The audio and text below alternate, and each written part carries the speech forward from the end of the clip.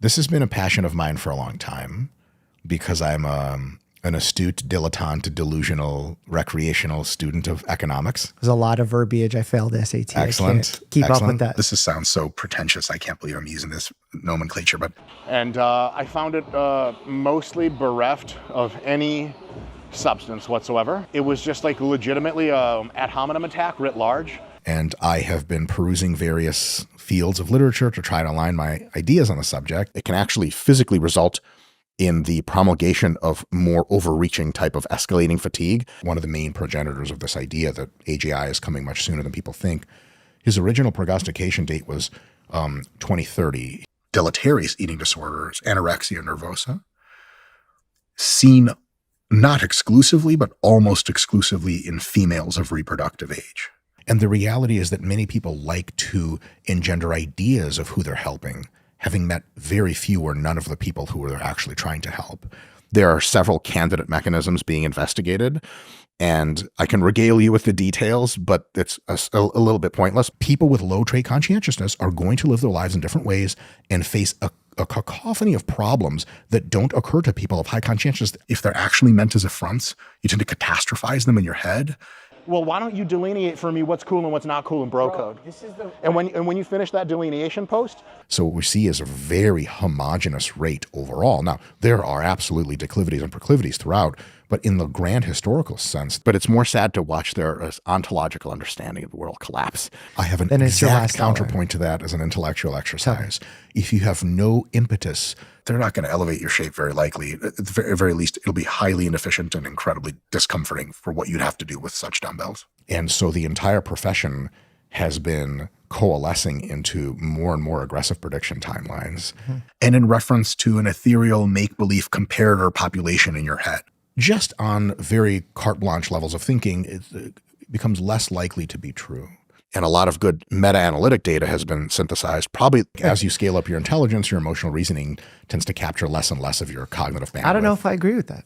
It's just demonstrably true empirically. Physical qualities that can be measured almost in like a fluid dynamics terms, like viscosity and hysteresis and all that stuff. They don't have the neural architecture to think of the future, mostly because they don't have a well-developed prefrontal cortex. The list technically of troubleshooting ideas is kind of infinite. So prefrontal cortical development is probably really, really tied causatively to conscientiousness. An exponentially de-escalating amount of impressive differences. People like to envision that poor people are all relatively homogenous. That's absolutely not true. We can at least bifurcate them into two categories. Foods with lots of protein in them ideally should be consumed 3 to 5 times per day at roughly equidistant intervals. But you can measure conscientiousness through a variety of behaviors in an ethnographic context. Huge proportion of psychological proclivities are genetic. They are attractors for them, and they are the progenitors of many of these bad circumstances. Trauma doesn't come from the ether. And I was starting to become a kind of an educator in fitness and a promulgator of opinion. We're speaking in statistical generalities, so we're not trying to paint an entire group of people anyway. Mm. The group of people we're painting is also a statistical abstraction. Your injury probability, at least nominally, on theoretical grounds, will reduce. Massive bias in their thinking and in their choice structure. The emotional regulation of it all. Sure.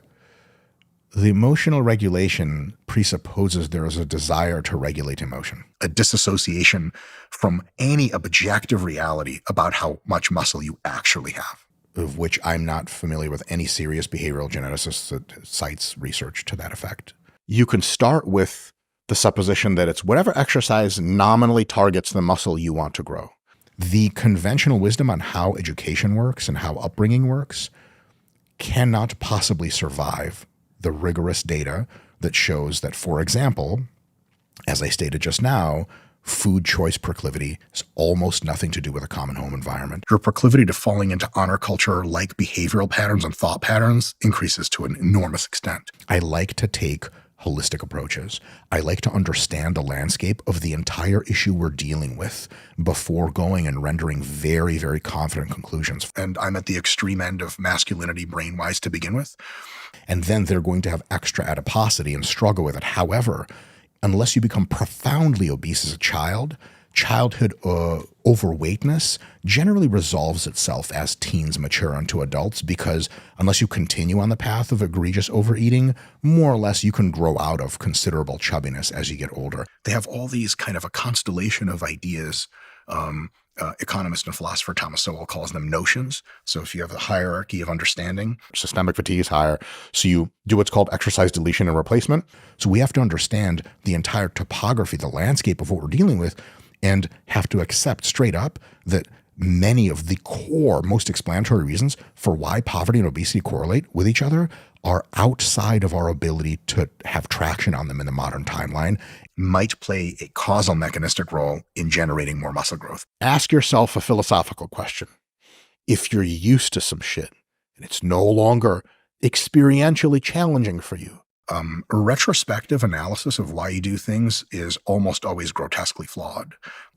I always go back and forth in my head as to which one is more effectual, conscientiousness or intelligence.